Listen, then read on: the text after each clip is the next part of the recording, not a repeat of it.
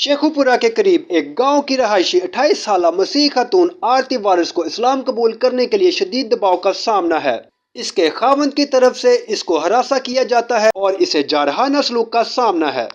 आरती ने वकार से 25 सितंबर 2016 को शादी की और दोनों के 3 बच्चे थे, लेकिन शोहर ने इसे छोड़ दिया। 19 नवंबर 2023 को दूसरी मसीही खातून से शादी कर ली।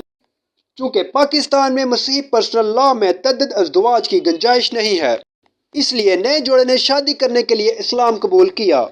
अपने पहले खानदान से ताल्लुक बरकरार रखने के लिए वकार अपनी पहली बीवी को इस्लाम कबूल करने पर मजबूर करने की कोशिश कर रहा है।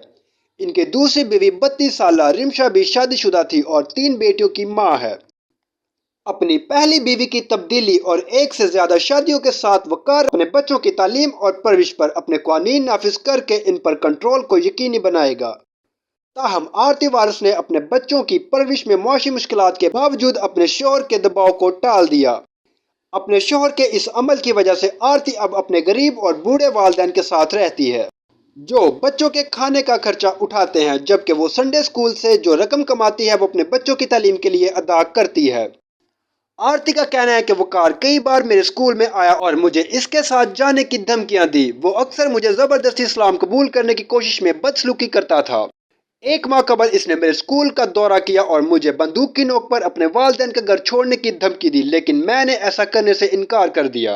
मैंने इसके खिलाफ अदालत में कोई दरख्वास्त दायर नहीं की, क्योंकि हमारे लिए वकील और अदालत के अखराजात बर्दाश्त करना मुश्किल है।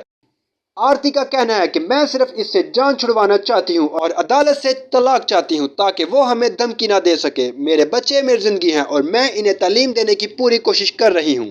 मैं इन्हें मसीही अकीदे और इक़दार के बारे में भी सिखा रही हूँ। मालूमात का काबिल एतमाद ज़रिया CRC। जुड़े रहें CRC के साथ।